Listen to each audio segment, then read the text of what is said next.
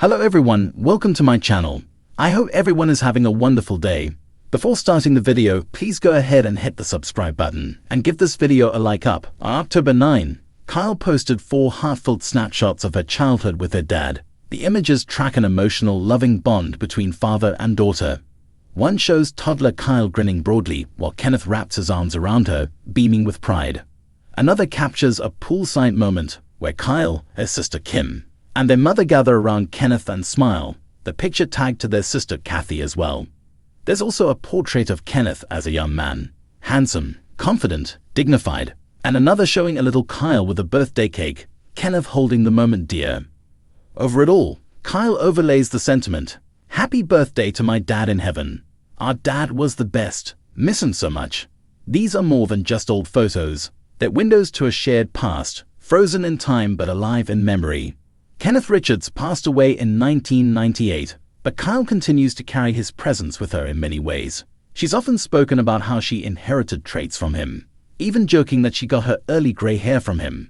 In previous tributes, Kyle has described her father as so handsome and smart, a man who loved to cook, who taught his children how to live, and who didn't hesitate to drop everything when his kids asked him to go on an adventure. She also once wrote, "I was my dad's 6th child. He was already a grandfather when I was born. He was a pro at being a daddy."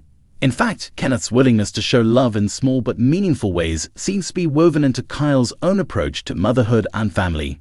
In her homage, Kyle doesn't just recall the good times, she also reveals the ache that comes with loss. The words "miss him so much" hang heavy in the space between image and memory. Public figures often share their milestones, births, weddings, anniversaries, but grief tends to stay behind closed doors. Kyle's decision to post these photos now is a gentle act of vulnerability. She summons images of laughter, of cake, of arms wrapped around a child, to remind herself and the world that her father was real, that he mattered. Even decades later, loss is not a one-and-done event.